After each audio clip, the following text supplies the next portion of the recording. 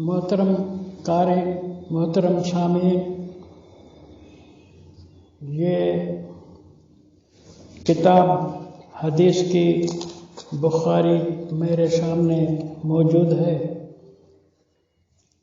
اس کتاب کا جلد نمبر 2 ہے۔ میری والی کتاب جو ہے دینی کتب خانہ اردو بازار لاہور 38 لکھا ہوا ہے، اور اس کتاب کا جلد نمبر 2 حصہ 2 مترجمان 2 آدمی ہیں: قاری محمد عادل خان نقشبندی، مولانا قاری محمد فاضل قریشی مجددی۔ بار اول چھپی ہے یہ 1977 میں الحرم حجویری، الحرم پریس حجویری پارک لاہور میں۔ تو محترم سامعین، یہ جو حدیث پیش کر رہا ہوں میں آپ کے سامنے، باب نمبر 304 کی ہے، ذکر ادریس علیہ السلام، وقول اللہ تعالیٰ ورفعناہ مکانا علیہ۔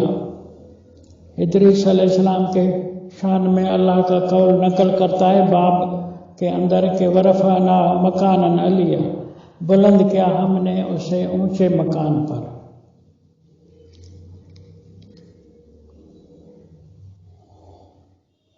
سوال یہ ہے کہ حدیثیں ٹوٹل جھوٹ ہیں، ساری کی ساری جھوٹی ہیں۔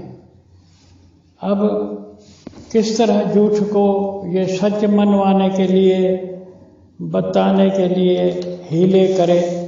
یہ رفعنا مکانا علیہ تو ادریس علیہ السلام کے شان میں دنیا کے ٹکر اور جنگ کے مقابلوں کے حوالے سے کہا گیا کہ ہم نے ادریس کو مقام بلند پہ لیا، لیکن وہ آیت باب میں لا کر آگے قصہ لاتا ہے جھوٹی حدیث کا کہ نبی کو اللہ نے معراج کرائی آسمان پر، تو مکان علی کی نسبت سے، مکان بلند کی نسبت سے یہ قصہ جھوٹا گھڑ لیا۔ اور وہ کیسے ہوا ہے؟ لمبی حدیث ہے کہ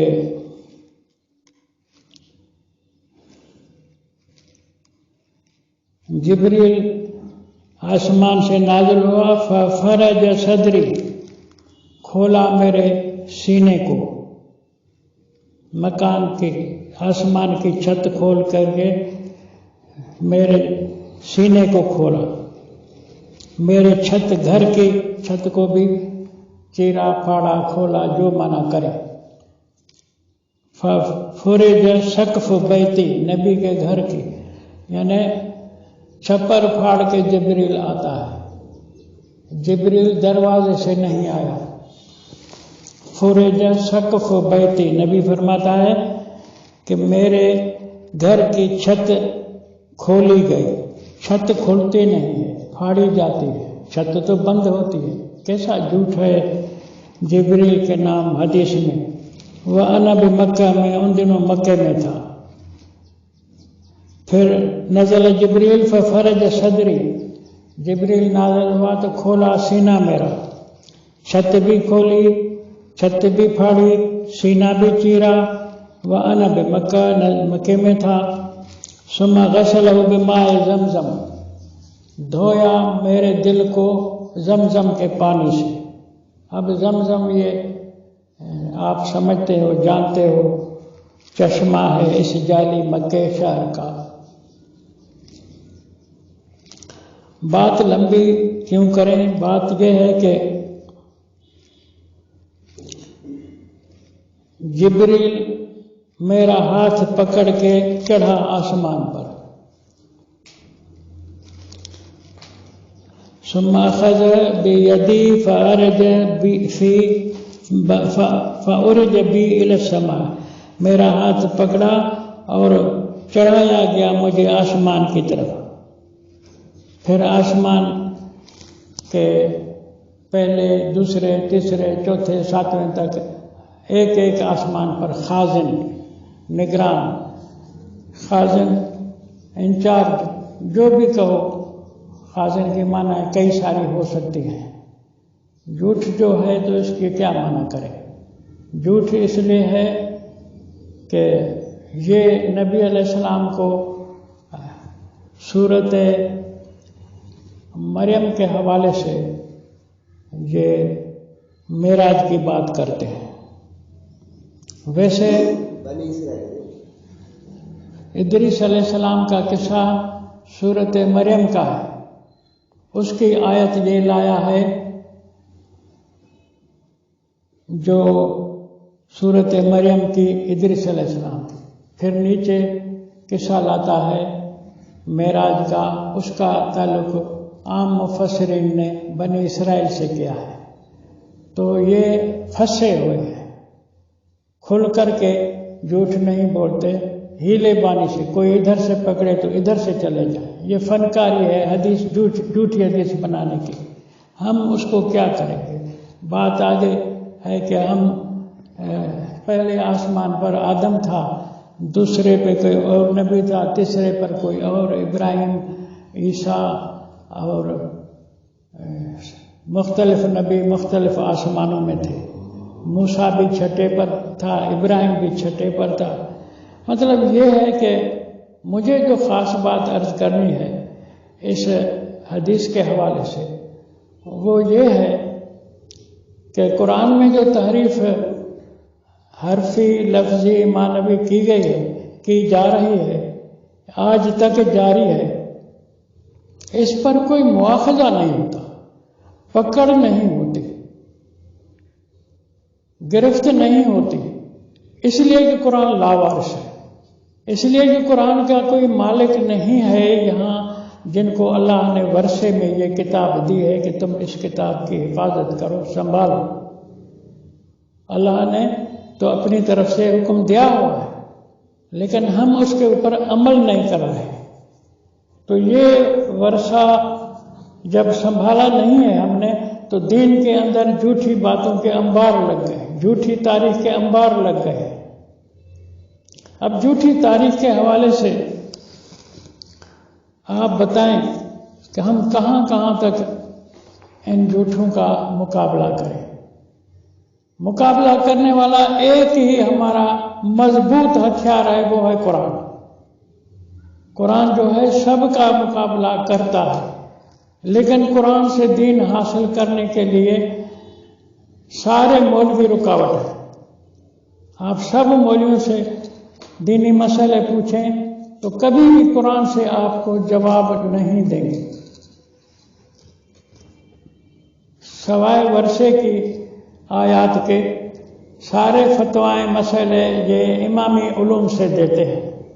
اب امامی علوم سے جوابات اگر تاریخ کے حوالے سے کھولے جائیں تو پھر آل رسول کو لے آتے ہیں، سارے فرقے آپس میں ایک دوسرے کی داڑھی نوچ رہے ہیں، ایک دوسرے کو کافر کہہ رہے ہیں، ایک دوسرے کو خبر نہیں کیا سے کیا فتوائیں دیتے ہیں، ضال ہے، مضل ہے، گمراہ کرنے والا ہے۔ اور درود ابراہیمی میں آل کا درود سب یکساں پڑھتے ہیں، اللہم صلی علی محمد والا آل محمد، پھر آگے کما صلی علی ابراہیم والا آل ابراہیم۔ یہودیوں پر بھی درود بھیجتے ہیں اور آل رسول پر بھی درود بھیجتے ہیں، جو نبی کو اللہ نے آل دی بھی نہیں ہے، آل محمد کو اللہ نے نہیں دی۔ اللہ نے فرمایا کہ ما کان محمد ابا احد من رجالکم، محمد تمہارے اندر میں سے نرین اولاد کا ابا ہے نہیں، پھر بھی درود پڑھی جا رہی ہے۔ اور آل ابراہیم کو اللہ نے بہت ان کو گندا برا بھلا کہا ہے قرآن میں کہ تم لم تحاجون ابراہیم اپنے ابا کے ساتھ، اپنے دادا کے ساتھ کیوں لڑ رہے ہو، کیوں جھگڑ رہے ہو، تم منکر ہو اپنے ابا کے، تم صحیح ابراہیمی نہیں ہو، نہ یہودی صحیح ابراہیمی ہے نہ عیسائی صحیح ابراہیمی، قرآن نے کہا۔ پھر بھی ان کو منکرین ابراہیم کو آل ابراہیم کہہ کے نمازوں میں ان پر درود پڑھتے ہیں۔ درود پڑھتے رہیں. کیا ہے درود؟ وہ تو میں عرض کر چکا ہوں کہ درود کی معنی ہے کسی کی جڑ اکھیڑنا. درود بر محمد، محمد کی جڑ اکھیڑو. درود آل ابراہیم، ان کی جڑ اکھیڑو. درود تو فارسی لفظ ہے، عربی لفظ ہے نہیں. درود کی معنی ہے کہ فصل کو جڑ سے کاٹو. تو یہ تبرہ ہے ایک قسم کی. تو میں یہ بات یہاں اس لیے لایا کہ اندر میں یہ نفرت رکھے ہوئے ہیں کہ اسلام کی جڑ کاٹنے کے لیے کہو کہ محمد کو آل تھی، پھر اس آل کی پوجا کرو، اس آل کے نام سے پھر تم سب کچھ کہو کہ یہی تھے. نانا اتنا اہم نہیں، نواسے اتنے اہم ہیں جو پیدا ہی نہیں ہوئے. جو پیدا ہی نہیں ہوئے. پیدا کیسے؟ نانی پیدا نہیں ہوئی، نواسے کہاں سے آئیں گے؟ نانی تو خدیجہ ہے. خدیجہ کی معنی تو یہ ہے کہ اونٹنی کا کچی حالت میں گرا ہوا بچہ. یہ تو ولا تلمزوا انفسکم ولا تنابزوا بالالقاب، بیسل اسم الفسوق بعد الایمان کے زمرے میں آ گیا. خدیجہ کا نام تو یہ برا ہوا، تنزیہ ہوا، یہ غلط لقب ہوا. رب تعالیٰ فرماتا ہے کہ بیسل اسم الفسوق، یہ فسق نام برے ہیں، مٹاؤ. ومن لم یتب، جو نہیں مٹاتا اولئک هم الظالمون. تو نبی تو قرآن کا فرما بردار ہے. اگر نام اس کے بیوی کا ہوتا تو ضرور بدلتا. نہیں بدلا مانا تھی ہی نہیں. خدیجہ کا نام دوسرا نہیں رکھا مانا خدیجہ نبی کی بیوی تھی نہیں. نبی کے ساتھ ظلم ان حدیث والوں کا یہ ہے کہ نبی 25 سال کا، نبوت سے پہلے 15 سال کی عمر کا، اس کو 40 سال کی عورت سے شادی کراتے ہیں. یہ ظلم نہیں ہے. اور وہ دوسرا ظلم کہ عائشہ 6 سال کی اور نبی 53 سال کا، اس کے ساتھ شادی کرا. 53 سال والے کو 6 سال کی لڑکی سے شادی کرا لی. وہ بھی خلاف قرآن کے. وہ قرآن نے کہا ہے قد اخذنا منکم میثاقا غلیظا، عورتیں نکاح بیاہ کے اندر، شادیوں کے اندر تم سے میثاق غلیظ لیتی ہیں. میثاق غلیظ پکا عہد نامہ جو ہے وہ 6 سال کی بچی نہیں کر سکتی. تو نبی کو تو انہوں نے تبرہ کی ہے. جو اولاد کی ماں بیوی بتائیے وہ بھی بے جوڑ شادی ہے. زوج تو زوج ہوتا ہے. زوج مانا جوڑا. جوڑا جب جوڑا بنتا ہے جب دونوں پاسے جو ہیں برابر بنتے ہیں. یہاں برابر ہے نہیں. اگر آپ بوٹ لینے دکان پر جاتے ہو، دکاندار کو پاؤں دکھاتے ہو، دکاندار 1 پاؤں کا صحیح نمبر کا جوتا نکالتا ہے، 9 نمبر مثال نکالا، اور دوسرے پیر کے لیے جوتا نکالتا ہے وہ 4 نمبر کا ہے. اب 4 نمبر اور 9 نمبر یہ زوج تو نہ ہوئے. زوج کی معنی ہوتی ہے جوڑا، اور جوڑا دونوں آپس میں یکساں ہوتے ہیں، برابر ہوتے ہیں. تو بیوی اور شوہر کے لیے زوج کا عربی لفظ کے لغت بنانے والوں نے زوج کا لفظ اس لیے رکھا ہے کہ وہ ہم عمر ہو. بچی چھوٹی بیوی بنے، بوڑھا شوہر بنے، زوج نہیں ہوا، یہ بے جوڑ ہوا. نمبر الٹ ہو گئے، کوئی 9 نمبر ہے، کوئی 4 نمبر ہے. تو یہ بھی ایک معنوی خیانت ہوئی، لغت کے ساتھ خیانت ہوئی، ڈکشنری کے ساتھ خیانت ہوئی. تو قرآن میں جو زوجہ کو کہا گیا ہے وہ ہر لحاظ سے برابر ہونی چاہیے. بیوی شوہر کے برابر ہو، عمر کے لحاظ سے، شعور کے لحاظ سے، اپنے اوصاف کے لحاظ سے برابری ہوگی تو زوجہ ہوگا، نہیں تو زوج اور جوڑا معنی پر فٹ نہیں ہو سکتے. تو یہ معراج کی حدیث میں انہوں نے ہمارے اوپر یعنی خدا کے اوپر مذاق ہے. دیکھو آپ جب لاتے ہیں یہ بات کہ نبی اللہ سے ملاقات کر کے اس میں معراج میں واپس آتا ہے.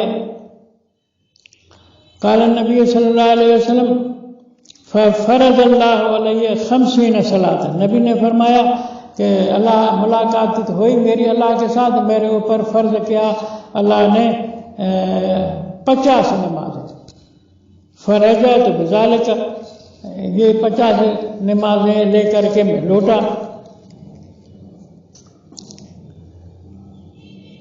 حتیٰ امر یمس موسیٰ، میں گزرا موسیٰ سے، امر بموسیٰ فقال موسیٰ والذی فرض علی امتک، قلت ما الذی فرض، موسیٰ نے کہا کیا ہے وہ جو فرض کیا اللہ نے تیری امت پر، قلت فرض علیہم 50 صلاۃ، میں نے موسیٰ کو کہا کہ اللہ نے 50 نمازیں دی ہیں۔ کالا فراج ربک، بھاگ بھاگ لوٹ جا، واپس ہو جا اپنے رب کے، فإن امتک لا تطیق ذلک، تیری امت جو ہے 50 نماز پڑھنے کی طاقت نہیں رکھیں گے۔ موسیٰ کو محمد کی عمر کا پتہ ہے، محمد کو اپنی عمر کا امت کا پتہ نہیں ہے۔ کیا تو توہین ہے یہ، حدیثیں دیکھو ملاوٹ ہے، ٹکڑا یہودیوں کا، ٹکڑا مجوسیوں کا، ٹکڑا مشرکوں کا، یہ مکس پلیٹ ہیں حدیثیں۔ اپنے موسیٰ کو بڑھا، موسیٰ ہے ہمارا، موسیٰ قرآن میں 300 سے زیادہ بار موسیٰ کا ذکر ہے، موسیٰ کی جنگ کا ذکر ہے، موسیٰ کا فرعون کے ساتھ ٹکر کا مقابلے کا ذکر ہے۔ قرآن نے ہمیں سکھایا، دنیا کے لوگوں کو، دنیا کی قوموں کو، دنیا کی امتوں کو سکھایا۔ موسیٰ لڑا ہے انسانوں کے غلام آزادی کے لیے، فرعونوں سے لڑا، تم موسیٰ کی جنگ سے فائدہ لو، ایسا تو موسیٰ تو سب کو کام آتا ہے، لیکن محمد تو خاتم الانبیاء ہے، اس کے لیے حدیثوں نے لکھا کہ اس کو موسیٰ نے بھگایا واپس، جاؤ جاؤ جاؤ، یہ 50 نمازیں تم نہیں پڑھ سکو گے۔ تو مطلب یہ ہے کہ حدیثوں کے جھوٹے ہونے کے لیے میں مسلم امت کی خدمت میں اپیل کرنا چاہتا ہوں کہ تمہارے دماغ میں، مجھ سے سوال ہوتے ہیں، مجھ سے فون پر پوچھتے ہیں کہ سارے مولوی، سارے دنیا کے امت کے علماء غلط ہیں، تو عزیز اللہ ایک صحیح ہے، وہ نماز مانتے ہیں تو نہیں مانتا۔ میں نے کہا بھائی میں ماننے کے لیے تیار ہیں، لیکن نماز کا ذکر تو بتاؤ قرآن میں، نماز تو فارسی لفظ ہے، قرآن عربی ہے، کہاں آیا، کس چیز کا ترجمہ ہے نماز؟ نماز کی معنی ہے آگ کے سامنے جھکنا، اور انہوں نے صلاۃ کا ترجمہ کیا ہے، صلاۃ کی معنی تو ہے تابع داری، صلاۃ کی معنی ہے فالو کرنا، صلاۃ کی معنی ہے پیچھے کرنا۔ قرآن تمہارا امام ہے، قرآن تمہارا پیشوا ہے، قرآن آگے آگے تم پیچھے چلو۔ اور وہ صلاۃ بھی اللہ فرماتا ہے میں جب قبول کروں گا جب اس صلاۃ سے بھوکوں کو روٹی ملے، نہیں تو تمہاری صلاۃ قبول نہیں ہے۔ قرآن کہتا ہے کہ وَلَا يَحُضُّ عَلَىٰ طَعَامِ الْمِسْكِينِ، مسکینوں کو کھانا نہیں کھلاتے، فَوَيْلٌ لِّلْمُصَلِّينَ، پھر ایسے مصلیوں کو جوتے مارو، ان کو سزا دو، ان کی صلاۃ سے روٹی نہ ملے کسی کو۔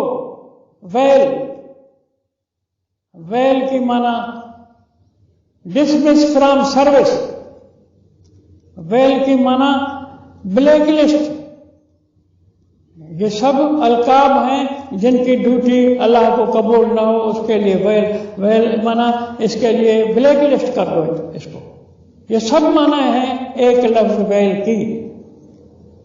تو یہ معنی، یہ آپ سورت المدثر کھول کر دیکھیں، قرآن خود بتائے گا صلاۃ کی معنی۔ قرآن کہتا ہے کہ یہ